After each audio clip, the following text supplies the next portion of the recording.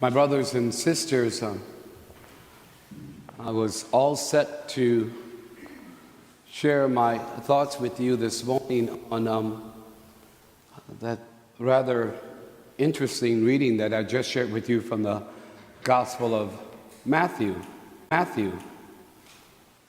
And those of you who are older, you can appreciate this. Around about 2:30 when I got my wake-up call, my nightly wake-up call 2 or 3 times a night, and took care of what I needed. But, I don't really want to preach about that. And I thought, in light of this weekend, not this weekend, but this upcoming week, that maybe it'd be a good time to talk about the celebration that we're going to have on Tuesday, on the 4th of July. So that's going to be the celebration. And I want to tie it into something that I said shortly after the election last November when I preached the fact that we as Catholic Christians have to remember that we are Catholic Christians first. That if there's a choice between who we are and how we identify ourselves as Catholic Christians and who we are and how we identify ourselves as Americans, if there's any conflict with those two identities, our Catholic Christian tradition has to take precedence. Notice I didn't say Trump. Our Catholic Christian tradition has to take precedence over our American identity. This is what struck me. It is not inconsistent to be a good American and a good Catholic. I think when I look back on what I said before, I led us to believe that there were a choice that we had to sometimes make, and one superseded the other. But when we live true to our American ideals, we're also going to be very good Catholics. Those ideals, well, they're very similar to the ideals that we have as Catholic Christians. We as Catholics believe in the equality of every man, woman, and child. That's our ideal. We believe that every person should be treated with dignity. We believe in freedom. We believe that people are at their core good, and that it's our task to be mindful of that, even when people can sometimes do things that are bad. The way we describe this, we separate the sinner from the sin. What's the greatest challenge that we have as Catholics? What's the one that Jesus calls us on all the time and I preach about so often? What's our greatest challenge? Well, love is how we're called to do, but what's the barrier that keeps us from loving? Fear, there you go. So our greatest challenge is not to give in to our fear. What's our greatest challenge as Americans? Not to give in to our fear. A greater challenge for us as Catholics is not to be exclusive, to say, yes, we believe that we have the truth, but to be humble about that. Humble enough to acknowledge that, hey, maybe our Jewish brothers and sisters have the truth. Maybe our Muslim brothers and sisters have the truth. And maybe those who don't call God by name have a truth. In other words, to be true to who we are, and at the same time, in humility, to acknowledge that others can be true to who they are, and those two things are not mutually exclusive. Some folks say, well, that smells of relativism. No, it doesn't. It smells of humility to assume that we don't have all the answers, that we don't know how in Saudi Arabia, or someone who lives in Tibet. We know it's true for us, but as Catholic Christians, can we really say that all those millions of people who go by the name of Muslim, they don't? Well, when we're at our best, we say we cannot say that because of humility and because of an appreciation that we don't know exactly how God works in everyone's life. And I think when we think of ourselves as Americans,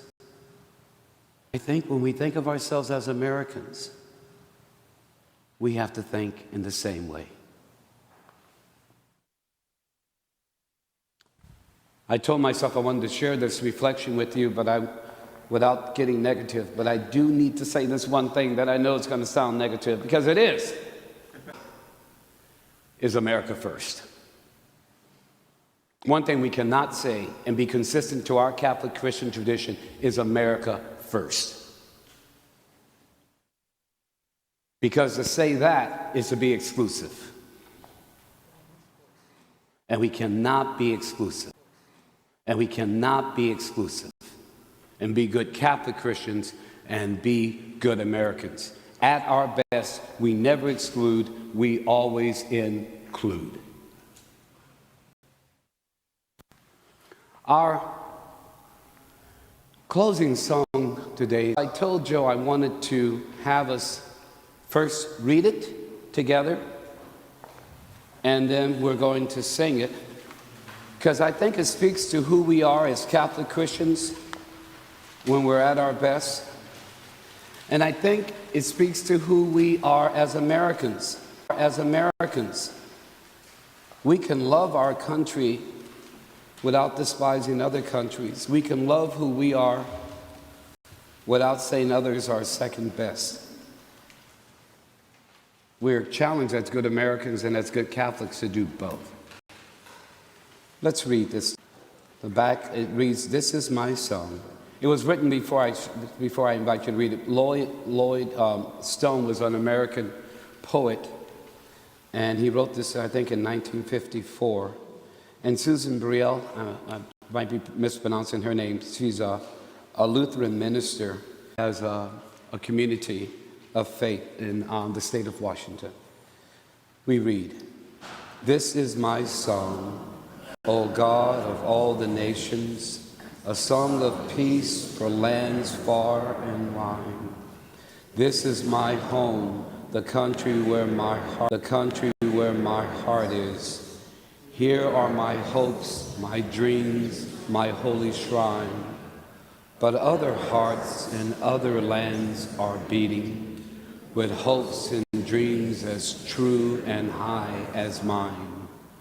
My country's sky is ocean, and sunlight beams on clover, leaf, and pine.